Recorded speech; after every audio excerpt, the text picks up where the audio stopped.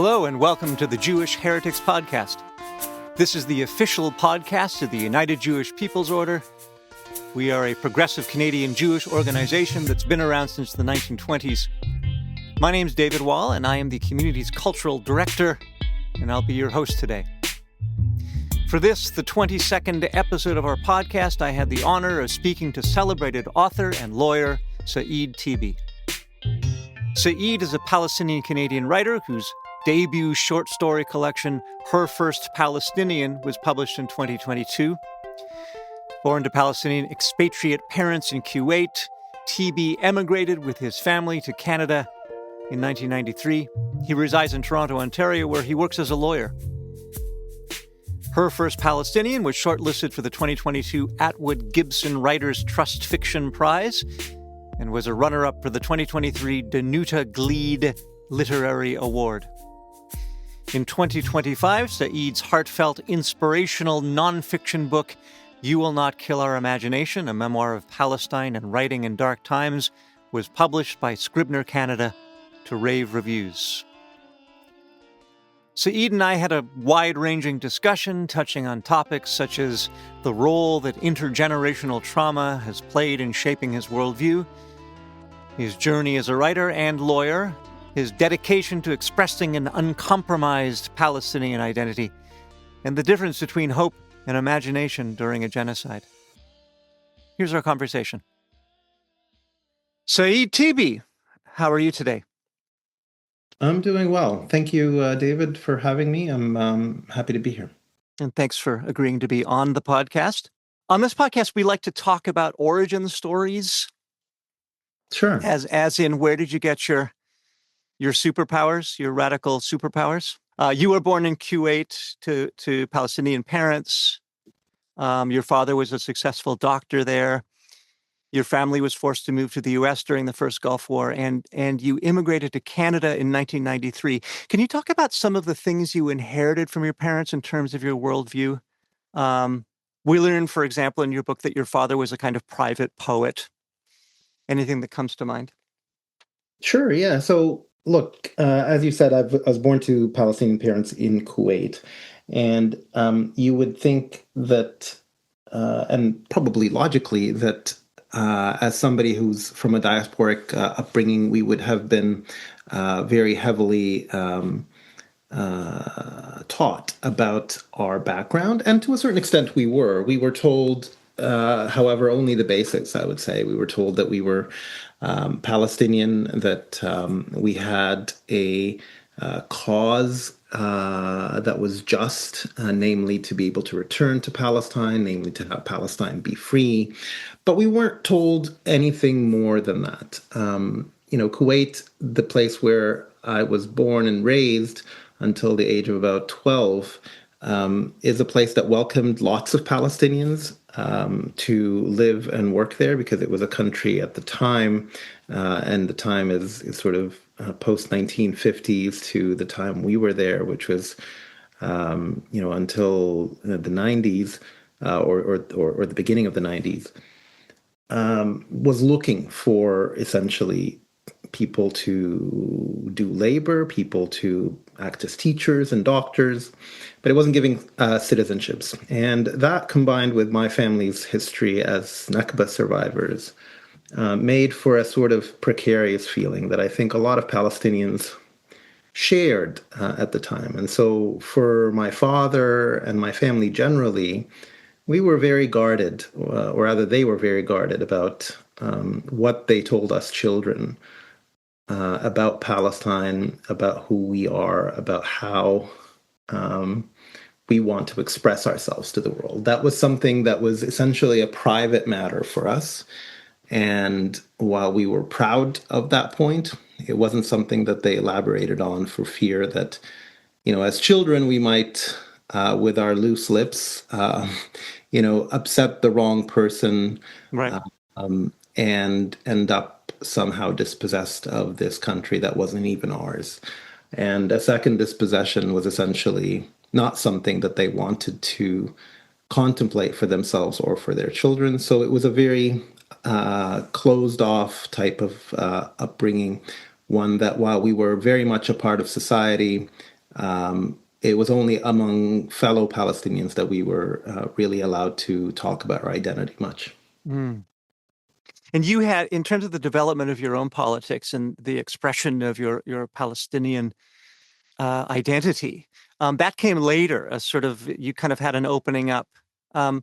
You talk in the book about your university experiences, and how mixed it was, how complicated your Palestinian identity was to you in terms of how you were expressing yourself. Can you go into a little bit about that? And that was in Montreal. So after that upbringing, I had sort of a reflexive rebellion against my father in a wide variety of different issues, but on the identity point especially, I didn't understand why I should have to not think about that identity, not have to be quite expressive about it, particularly since I knew that our dispossession was an unjust one. And so, particularly as I grew older and gained a little bit more mental freedom from my father's influence, I sought to be, quite open about who I was. And by then, we had emigrated, sort of forcibly emigrated to the US and subsequently, as you say, to Montreal. And that's where I was in McGill University, studying essentially to be a doctor like my father. And I thought, hey, I'm now old enough that I can do and say whatever I want. And it feels like I'm mostly free of him. And so I'm going to act on it. And what I discovered fairly soon was that this identity, despite now being in a so-called free country, this identity remained a forbidden one. And what I mean by that is essentially to talk about being Palestinian immediately puts you into a corner where you were somebody that people didn't want to engage with, didn't want to touch, didn't want to discuss that aspect of themselves or that or their relationship to them as the Palestinian. And you noticed it in a wide variety of ways, some of them more obvious than others. I remember even before university in the CEGEP that I went to in Montreal, having written essentially an op-ed about Palestine at the time. And immediately there was an op-ed the next week, as I described in the book, that told me that actually you can't talk about Palestine. That's not a topic that we should be allowing in the student newspaper. And so just the concept of talking about the place that I'm from was distasteful in my new environment. And sometimes Sorry to interrupt. What's the chronology here? What years are we talking about?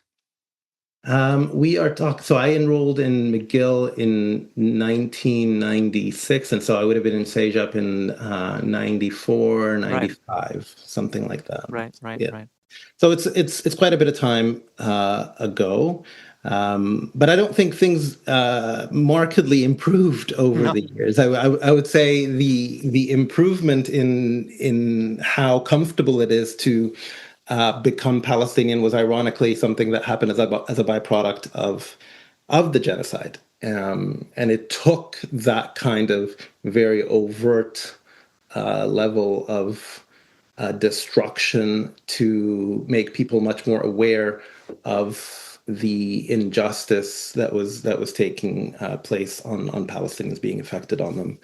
And so that was, to return to what I was talking about, that was what my university years were like. They were, rather than a new beginning for me as a Palestinian, a coming out as a Palestinian, they only reinforced what my father had instituted in terms of, keeping a tight lid on our identity and only talking about it when we absolutely have to. A really interesting part of the book, it's sort of heartbreaking, is you develop aspirations to be a writer, and you win a contest. You write a piece, and you get it published, and then you look back on it and you think that it's sort of has harmful stereotypes in it, and so that you kind of seem to give up writing for a while. Can you talk about that experience? Sure. So, as a result of my university experiences, I actually had dropped out of university. I found it an incredibly difficult place to exist in, but particularly to exist in as myself, and also to try to do the incredibly taxing workload of a pre-med student. Right. And so I dropped out, and for a while, I caught on to a job that I considered to be temporary, that actually ended up being my job for some 7 or 8 years. But throughout having that job, I started writing, because I had always had in the back of my mind that I would be a writer. And I knew something was missing in my writing, and it's the sort of thing that you can't really put your finger on. But I knew that I was doing a lot of hiding in my writing. Not that everything you write about has to center your identity, and I didn't think that then, and I don't think that now. But when you, as an artist, are dishonest about what you care about and what's important to you in your writing, it shows up. And I felt that myself. But at one point, I entered a contest, and I entered a contest where, I desperately wanted to win for reasons that I talk about in the book. The reasons are not important, but what is important is I drafted a story specifically in order to win that contest. And as you say, the story that I came up with actually did win the contest. It was, in fact, in that sense, a successful story. But when I looked back on it, I realized that I was putting every last harmful trope about Palestinians specifically, Arabs more generally, Muslims even more generally, into the story with the hope of currying favor with the judging panel. And I Mm. succeeded in doing that. And that realization, which came to me after I had won, in fact, several weeks after I had won, was shocking to me. And because it represented everything, like a culmination of everything I hoped I wouldn't be. Somebody who's afraid, somebody who's paralyzed into a sort of parody of who he is. And it made me consider that I'm just unfit to write, that I wasn't mature enough to write, that I didn't understand myself enough to write, that I wasn't willing to be different in a way that society may find distasteful. And for me, that was a shocking realization. And I realized that I would be doing more harm to myself and to the kind of writer I wanted to be if I continued to write at that time. And so I did abandon writing for many years, something like 12 or 13 years. And so in many ways, this was a very strange point in my life. For the first time, I had actually published something because the publication was the reward for winning this prize. I had gained various plaudits for it, and yet I felt at my lowest point as a writer at that point, and decided, in fact, to abandon it. One of the fascinating things about this is that it sounds like it was unconscious. It's because it sounds like you created this story that had stereotypes in it or had negative representations, but it's almost you didn't do it on purpose. It's not like you were being cynical. Oh, this is how I'll win the contest. You Oh kind no, of it was not. Yeah, it wasn't at all by design. It was, and that's why I was so shocked and dismayed by mm, it, because I wasn't mature, or whatever descriptor you want to apply, enough to understand the kinds of representations I was making. And in many ways, it's not something that you would have, that someone in my position, who is still was still at the time, and this was in my mid-20s, still at the time a relatively new immigrant who wasn't schooled in the arts or humanities. It wasn't necessarily something you'd expect me to mm, intuitively understand, but the degree to which I didn't understand it and I was caught unawares by it mm, was shocking to me. And it really represented just how much the societal bias against Palestinians had infiltrated me as well. You don't necessarily think of that happening to you. You think, okay, maybe society believes different things than I do, but at least internally and in the kinds of art that I create, I'm easily going to be able to represent myself. And in fact, just the opposite was true. I discovered that I had been internalizing society's expectations and conceptions of Palestinians so much that even without knowing it, I had put them on a page. I want to delve. You talk about fear. You just talked about fear a bit, and you certainly go in depth into different manifestations of fear in the book. So I'm going to talk, unfortunately, a moment about Zionism for one moment. So um, a lot of my life and a lot of the work that I do in my organization is confronting Zionism. And so much of the idea of Zionism is based on fear. The idea that Israel exists it's almost I call it a supernatural buffer against all of the vague perceived dangers affecting the Jewish people. That if we Jews, invest entirely in Israel and believe in it and work for it and fight for it with no questions asked, that we'll somehow be protected. Um, and I would argue that these layers of fear have turned many of my fellow Jews into apologists for oppression and genocide, quite obviously. Um, a lot of the first part of your book discusses you and your father's complicated relationship to fear as well. Mm-hmm. It's manifested in what a kind of a hyper vigilance and caution. You talk about your father's coping strategy as a prison of his own making. Mm-hmm. Um, uh, and you talk about this incredible story, how you hired a contractor to cover over an exposed staircase in your own home. A feature that others might have thought of like an attractive, oh, wow, this beautiful staircase, but you had it covered up because you had a kind of this, you described it as sort of irrational fear that there might be an accident and your child could fall down the stairs. Can you talk about fear in an intergenerational sense and how it was manifested in both your father's and your psyche? Yeah, the surprising thing about this fear, this intergenerational inherited fear that I came to realize that I had, is that it had a relatively late onset for me. I grew up recognizing my father's fear. Um, as we were growing up, he was always probably the most audacious person that I know, but also in every way related to our bodies as children, to his own body as an adult person, to our identities in particular, absolutely beset by fear.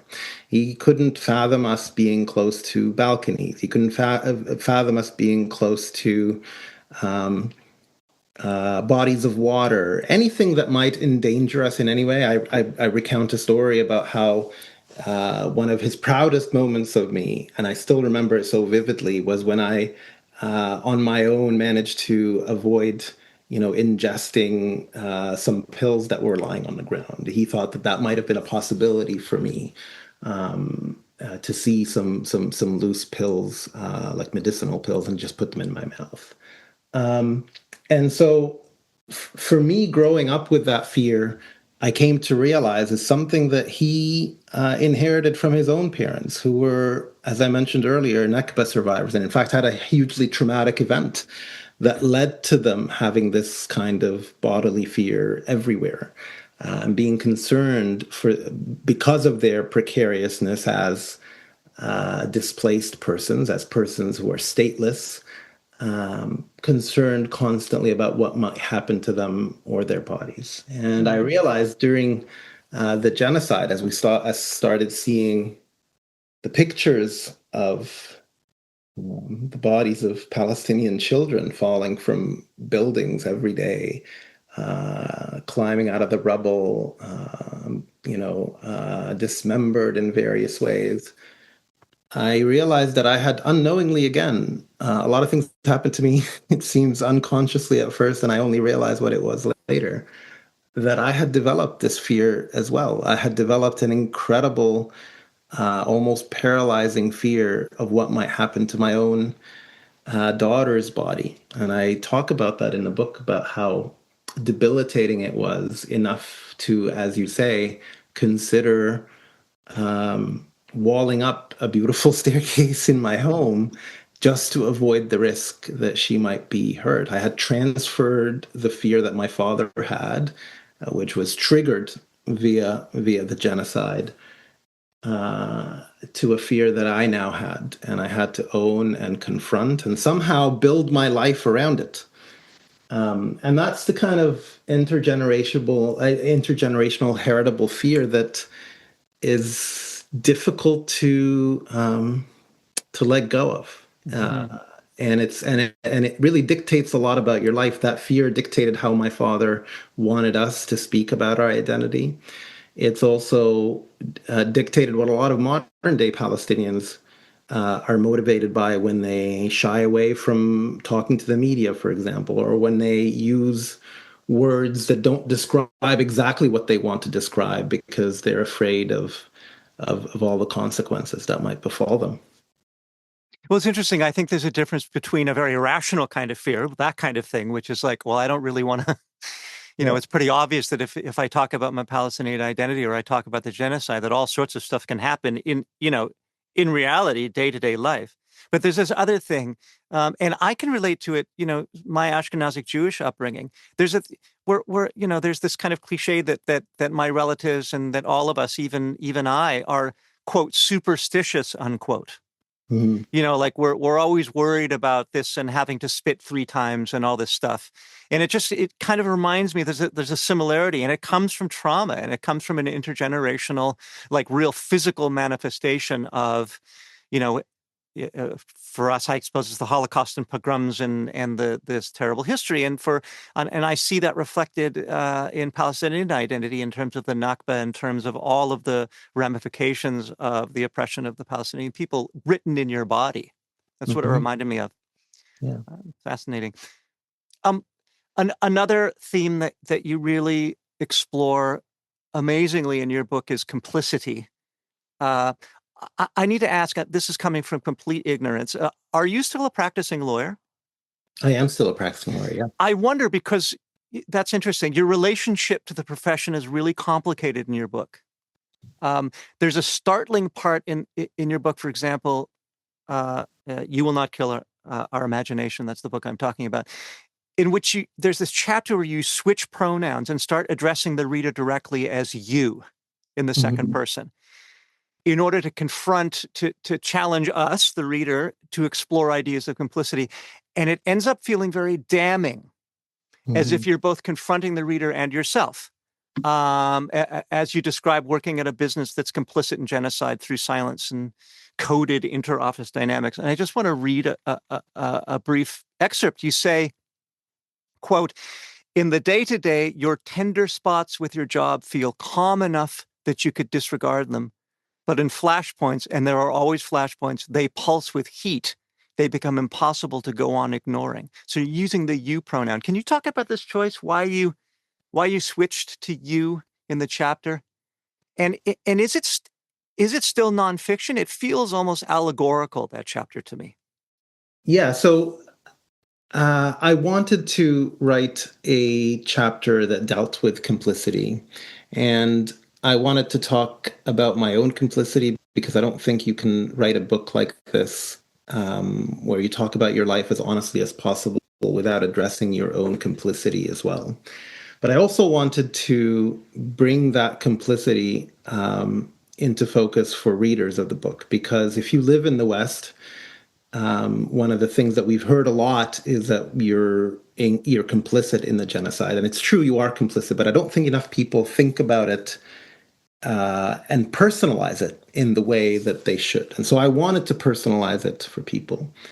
And for me, that's why I used the second person. That's why I did that chapter on complicity using the you, to bring it closer to people.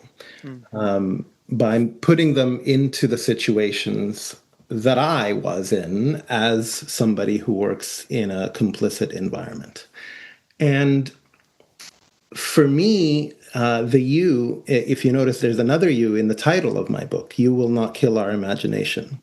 And so by writing a book about my own experiences, setting it in the second person, I hope it recalls the title, to bring the focus to people that I consider myself part of the you who I want to make sure doesn't kill our imagination.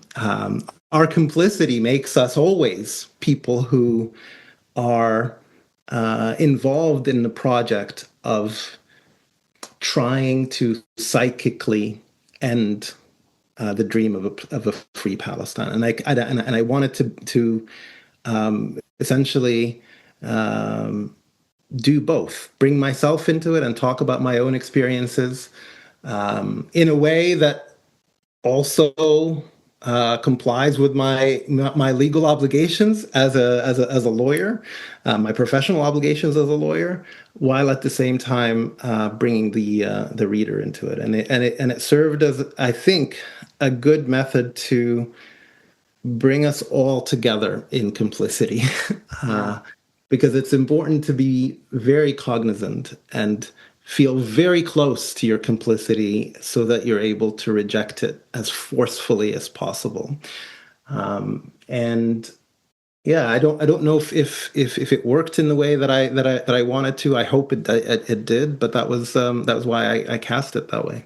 No, it certainly worked, and there's just and I'm just fascinated now the richness of the title of your book. I hadn't put that together, but it is really really powerful. You Will Not Kill Our Imagination Me, includes Saeed Teebi. yeah. that's Me. that's I mean, a lot that's of David, a lot of the book is actually a recounting of my journey as somebody who was essentially psychically colonized and somebody who tried to minimize and erase himself.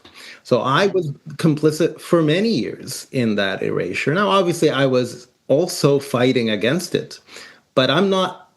Um, uh, I'm not naive enough to think that I didn't assist it also throughout my life, not just during the right, genocide. right. And so I wanted to be very clear about that and describe in the book my personal journey, but hopefully also bring into relief the journey of my readers. That's fascinating. Um, Towards the end of your book, you do a kind of manifesto, or you make a list of a kind of life plan, laying out your aspirations moving forward, and I found it incredibly moving. Um, the first thing you say is, "quote I want the pain to never leave me," and then later there is you say there is use in being haunted if you can remember how you came by your ghosts. I think it's such a beautiful line. It's just astounding. Can you talk about this desire for ghosts and how they can be useful? Who are these ghosts? The ghosts are every person that I saw on my feed, torn to shreds, having their life completely evaporate before their eyes.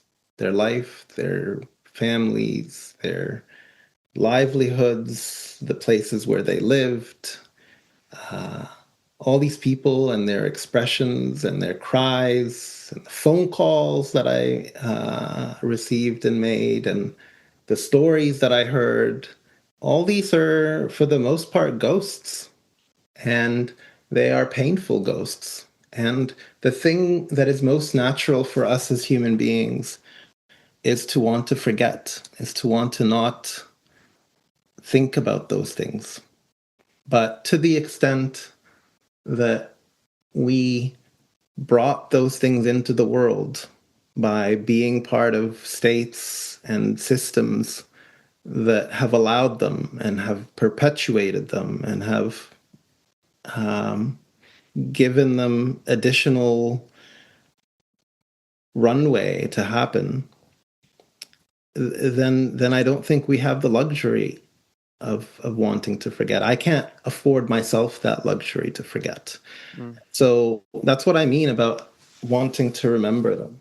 I want to keep feeling that pain because I think, as I allude to in that sentence that you kindly quoted, I think if you can remember the pain, if you can remember your role in it, then it will act as a motivational thing for you further on in life. And certainly as a writer, I want that motivation. I want to understand and know why I don't mince my words anymore. Mm. Why I use the right language to refer to the things that reference to might actually harm me. I'm not afraid of being harmed anymore, or I am afraid, but I don't let that stop me. So that's a very important concept to me that you have to keep remembering, and you have to keep the ghosts in your mind, and the ghosts are conceptual as well. The ghosts are potential futures of death and destruction, of rampant injustice that we see right now and we continue to countenance right now. But if we don't rebel against them, they'll just have greater runway to go on. Maybe this relates. A little bit later, you say, quote, "I want what we witnessed to not bear as its fruit defeat, but obstinacy." Mm-hmm. So what is what is this obstinacy, and also what does the word jakara mean? Yeah. The word Jakara essentially is it's a little bit of a complicated slang word, and it describes sort of an attitude that is sort of obstinate, sort of I don't know if I'm allowed to say bad words on your podcast, David. Absolutely, absolutely. But it's a sense of not giving a shit and Mm. doing what you want to do, and what you feel you need to do. And I describe it in the book using an image that I saw of somebody whose house was destroyed, and he just picked up his folding chair, put it on the rubble, and sat down and smoked a cigarette. That's the level of not giving a shit. And I think a big risk with genocides of this magnitude is the feeling that actually instigated this entire book. And that's the feeling that I had of what what do we have left to fight for? What do we have left to resist for? And actually, I had that feeling very early on in the genocide, probably in October or November of 2023. And that's the intended consequence of this kind of genocide, is to remove or extinguish your will to go on. And that's exactly the wrong response. And for me, the title of the book of "You Will Not Kill Our Imagination" is a rebuke to that kind of way of thinking. And I want to make sure that I'm obstinate, that I continue to reject that way of thinking again and again, despite all the forces that are trying to make me surrender. Um, Recently, I witnessed my friend Robert Massoud. I don't know if you know him. Mm-hmm. He say something amazing at an event. It was actually a Standing Together event, which is this organization that kind of flawed organization, especially in its Canadian manifestation of bringing Palestinians and Jews together to have these discussions. Mm-hmm. It's for me a kind of weird construct. But anyway, he was speaking at this event, and he was asked about the peace process by a liberal Zionist in the audience. And he said something like, he said, "Never mind a peace process, I want a truth process." Mm-hmm. In other words, I think he was referencing the fact that so much of this kind of Orwellian machination around Palestine and the dehumanization of Palestinian people is wrapped up not only in lies, but in a kind of permanent obfuscation of reality. Um, in your book, you say, this is also part of your sort of manifesto at the end. You say, the only morality I really care about is truth. Can you elaborate on that? Yeah, I think I'm in the same boat as Robert, or what you describe him as saying, in the sense that, but I'm there at an earlier point, I think, and I'll give you an example of what I mean, or I'll try to explain it. Much of the book is about the obfuscation of the language that Palestinians are permitted to use to describe themselves, to describe what they want to do, and as well as the making forbidden of the stories of Palestinians. And so for me, this was a key thing that I wanted to resist in the book. I wanted to resist the idea that I have to lie all the time, that I have to say half of what I want to say, the palatable half. I want to only present the kind of story that is publishable in Canada or in the US.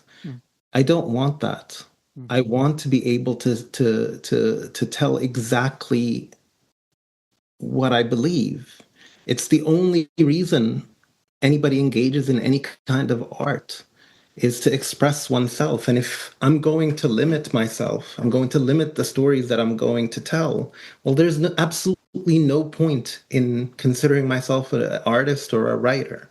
And so for me, truth in that way is primordial. And you extend it then to finding out the truth about what actually happened, because even basic facts are argued all the time. Like and I describe in the book how you'll say that this Palestinian was killed, and they'll tell you actually they weren't killed. You'll say, okay, well, here's a picture of him being killed. Oh, actually, that's fake blood.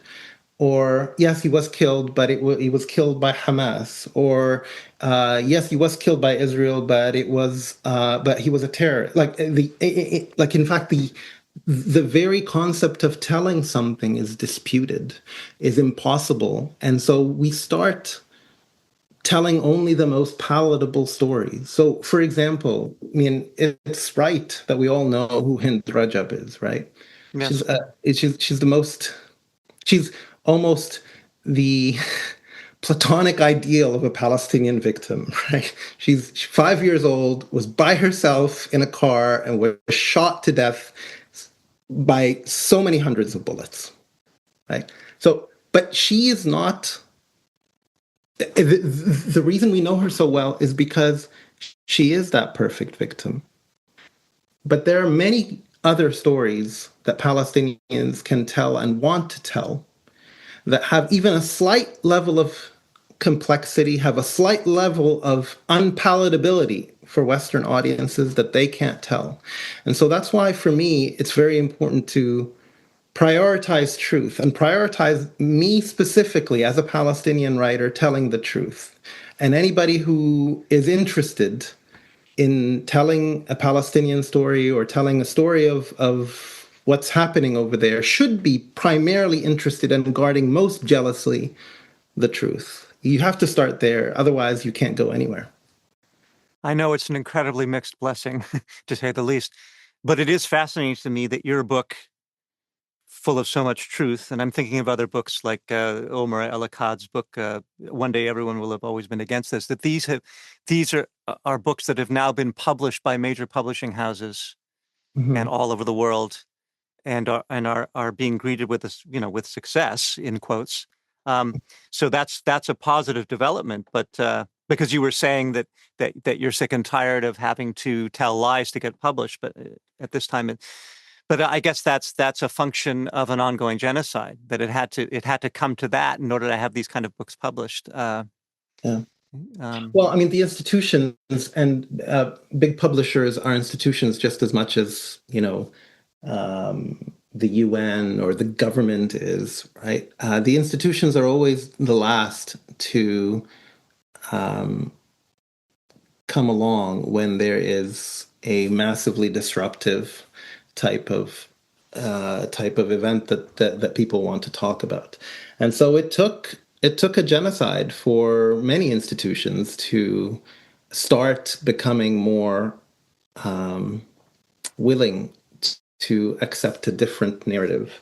The process is very much in its infancy, Yeah. I will say, and Mm. publishers are better than other kind of institutions for sure. But what we've seen, certainly with publishers, I think, is that they're responding to a very real kind of demand in the market for these kinds of unvarnished stories. Well, Because I was going to say that the sort of Marxist in me as well. I mean, they think they can make money off this. exactly, well, Yeah. exactly. And that's why, the governments that don't make money off of it are still Yeah. lagging, right? Yeah. Yeah. Or Yeah. don't make, as direct as a set of money as publishers, for example. There's another really amazing moment towards the end of your book where you say, um, quote, "I want to be gentle with those who succumbed to the feeling of weakness in their hearts, who lunged for the safety of conforming." By which you mean, I think that you want to move forward having compassion for people who are silent or passively complicit with the genocide. Is that what you mean? And what what do you mean by this? It was a surprise to me when I read that. Yeah, it was a surprise to me when I wrote it, um, that this is how I felt. I don't think that it's possible to move forward in society without recognizing that different people have different failures. I have failures of my own. Some of them are related to speaking out, maybe not as much as most people. Um, but I know that the people who didn't speak out, they had reasons. I don't respect those reasons. I continue to not respect those reasons. But I have compassion for people evaluating themselves in a certain way. At one point, my father evaluated himself in a certain way. And not to say that my father wouldn't have said something in a genocide. I don't know. He's passed away, many years ago. But I want to have compassion. And it doesn't mean that I will forget what they did. It doesn't mean that I won't judge them. It doesn't mean that I don't continue to judge them. But it does mean that I want to have some gentleness with them. Now, I'm not saying that I want to have gentleness with the perpetrators of the direct perpetrators of the genocide, or the people who were very overtly complicit and cheering it on.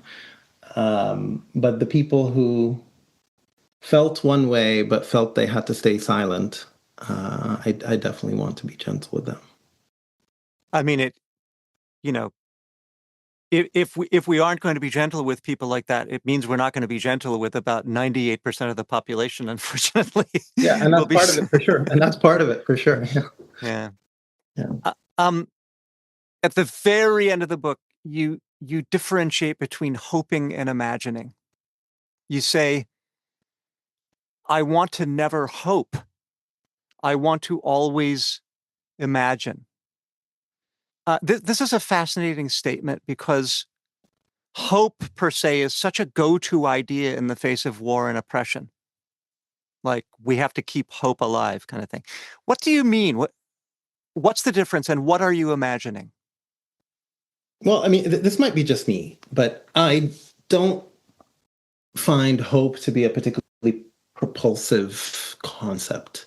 The way I think of it often is, we hope that tomorrow is a nice day and that there isn't a massive snowfall and that we can wear a light jacket to work. But we don't control it. We can't do anything about it. The day will be as nice as it wants to be. It's out of our hands. For me, that concept frequently extends to what happens in Palestine with people, where people will say, "Well, I hope things die down," and they don't feel like they have any agency in the matter. They don't feel like they can control any of it. And I want to distance myself from that way of thinking. For me, imagination is a much more active process. You are almost necessarily putting yourself into whatever you imagine. And to me, that's powerful. First I imagine a story, as a writer, first I imagine a story and then I write it. And then it becomes a story that fuels other people's imaginations. And they come up with their own narratives. And that's really generative and really propulsive. And it extends to things like, nation building. You have to imagine something, however vaguely first, in order to move forward. Hoping for it is a little bit, as I describe in the book, a little bit static for me. But it might be a semantic difference. It's just an important differentiator in how I think about, how I approach things. As to what I imagine, look, not to get back to the title, but it's very purposefully not named "You Will Not Kill My Imagination," right? I refer to a collective kind of imagination being our imagination. And that's because it's very easy to include Palestine in the collective imagination because it stands for all the values that the Western world much like other parts of the world, considers to be so important to them. Things like liberty and justice and security. And so, as a baseline thing to imagine that, right? Mm. And if you start with that imagination and recognize just how far away from achieving that we are in Palestine from achieving that, then you can't help but want to try to move forward and affect things in that direction. I'm going to pick your brains. I see from a professional perspective. So I work for a progressive activist Jewish organization, and we're constantly trying to remain active and in collaboration with Palestinian groups. The genocide in Gaza has not ended, as anyone with a brain can see.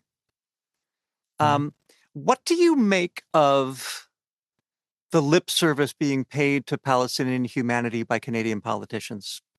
For example, Carney recognizing a Palestinian state, our mayor Olivia Chow saying genocide a few times in a recent speech. Are these things useful, or are they ways for those in power to essentially wash their hands of the situation and say they tried? Should we be supporting these gestures?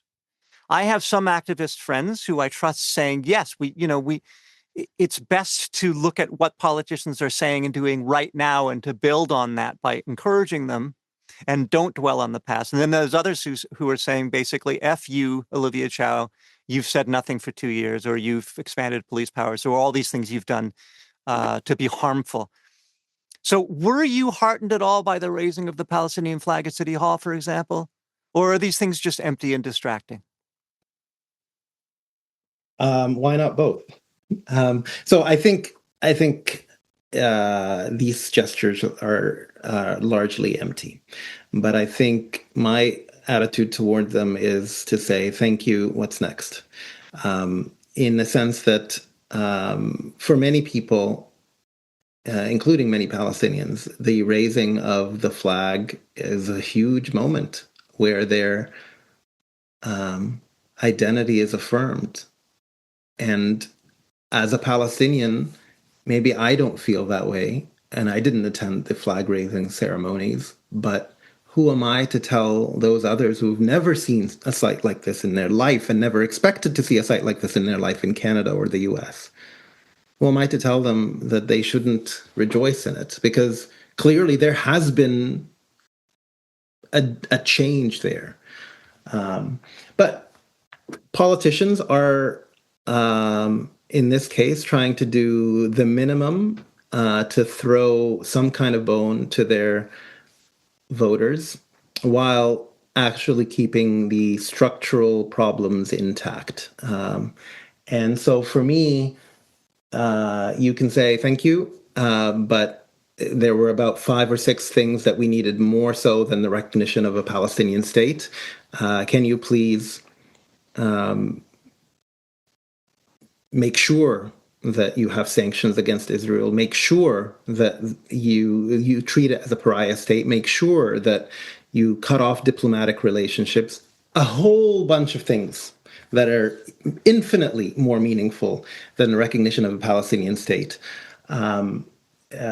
need to happen. And so, for me, I don't begrudge people who feel and want to see and are heartened by seeing things that make them feel more secure in their identity. But I know that we can do and should do much better. And in fact, I'm confident we will do much better in the future because politicians respond to power. And certainly we've shown that the majority of the country feels like there needs to be far greater recognition of Palestinian rights and a whole bunch of other things. And as long as we keep holding them to account and voting them out when they don't perform the way that they need to, then we'll be in the right direction. Saeed, I think that's a really great place to stop. Thank you so much for having this conversation with me today. It was illuminating, and have a wonderful rest of your day. Thank you very much, David. It's great to be here. Well, we've come to the end of our show. We'd like to thank you for listening, and we'd like to thank everyone who made our podcast possible, including United Jewish People's Order Executive Director Serena Sarin, and of course our guest, Saeed Teebi. This podcast was recorded at Walt Whitman Studios in Toronto. The theme music was composed by Serena Sarin with help from me. My name's David Wall. Until next time, seid gesund.